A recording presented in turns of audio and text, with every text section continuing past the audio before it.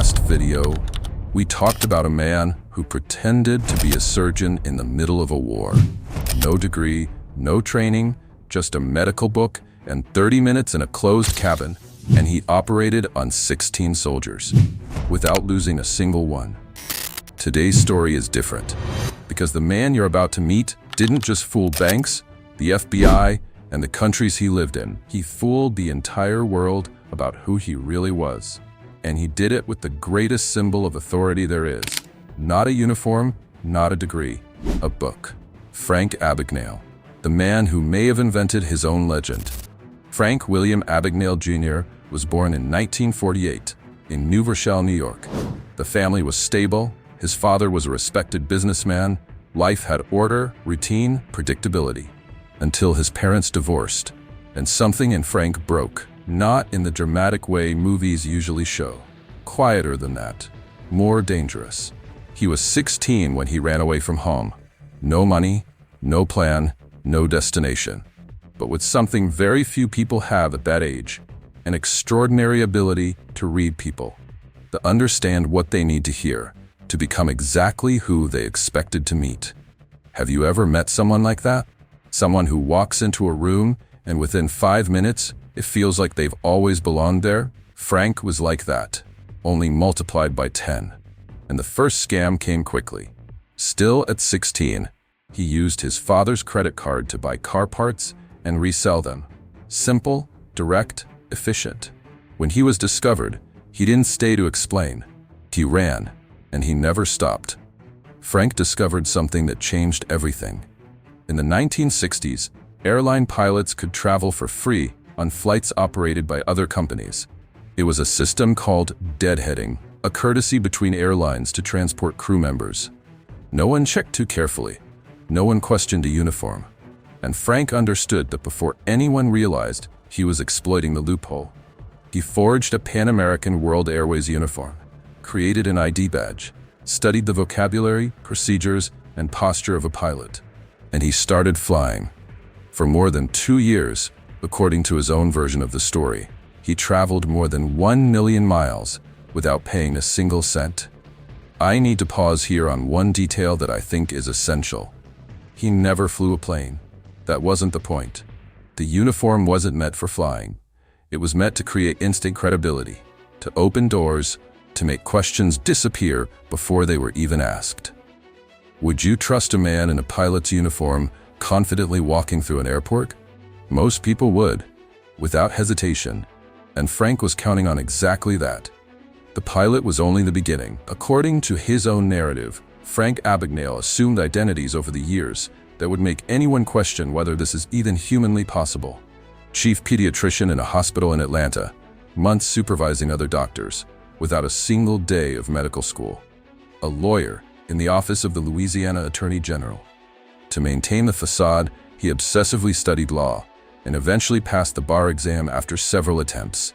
A university professor, an entire semester teaching sociology, students who never suspected a thing. And through all of this, the check fraud continued. Estimates point to $2.5 million forged in 26 countries. 26 countries, between the ages of 16 and 21. I often think about what that would require from a person.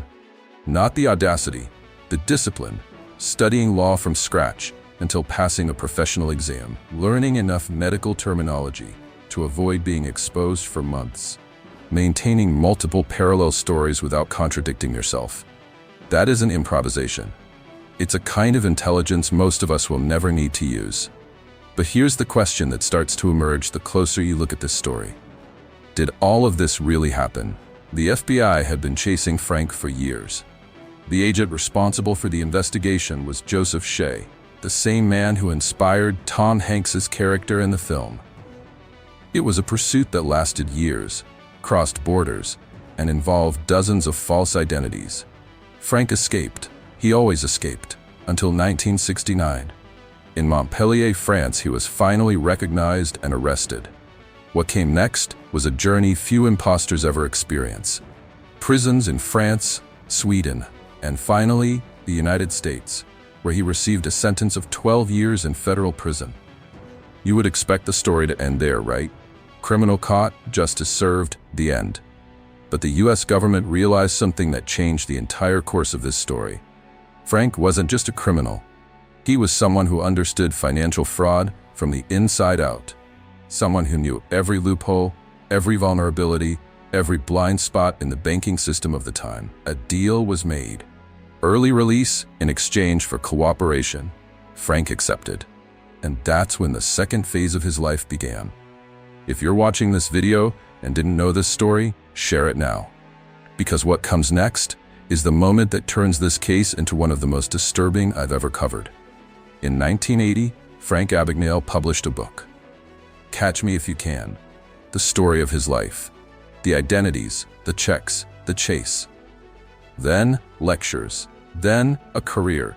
Then a Steven Spielberg film starring Leonardo DiCaprio. And it became the foundation of everything the world believes about Frank Abagnale. The problem is that investigative journalists spent years trying to verify the facts, and what they found was disturbing.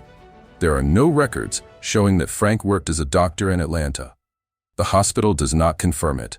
The timeline doesn't match. The colleagues he described do not appear in the archives.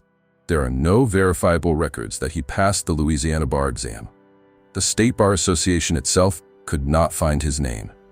The estimates of $2.5 million in fraud across 26 countries, investigators were unable to document most of it. What the French police recorded when they arrested him in 1969 was far more modest than the legend suggests. I need to be honest about what I feel when I look at these findings. It isn't disappointment, it's something more complex. Because if Frank truly invented or exaggerated much of this story, then he didn't stop being an imposter when he was arrested.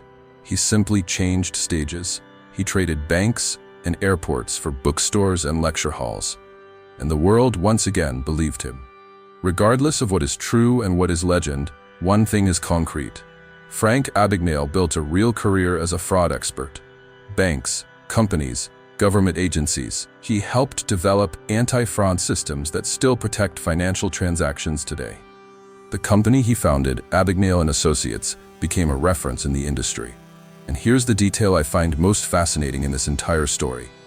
It doesn't matter whether he truly flew 1,000,000 miles or supervised doctors in Atlanta. What matters is that he understands fraud in a way very few people do, because he spent years inside the mindset of someone committing it. You can question the legend, but it's hard to question the results. The systems he helped create exist. They work. They protect real people for real scams. The imposter who may have invented his own story ended up building something genuine. There's an irony in that I simply can't ignore. Block 8, Emotional Conclusion. Frank Abagnale is now over 70 years old. He still gives lectures, still tells the story, still gets introduced as the greatest imposter the world has ever known. And maybe he really is, just not for the reasons you thought. Dumara, the surgeon from the previous video, was a man who wanted to be extraordinary but didn't know how to get there through conventional paths. There was something almost tragic about him. Frank is different. Frank understood something about the world that most of us prefer not to confront. That narrative is everything. That the story you tell about yourself can become more real than the facts. That confidence, presence, and a good book can rewrite any past. Do you find that disturbing? I do, but I also find it inevitably human. How many versions of ourselves do we present to the world every day? How many stories do we tell about who we are that are slightly bigger, better, braver than reality? Frank just took that further than anyone else. Much further. If this story made you question how much we believe narratives without checking the facts, share this video. This channel exists to tell stories that challenge what you think you know. In the next episode, another name, another identity, another life that wasn't theirs.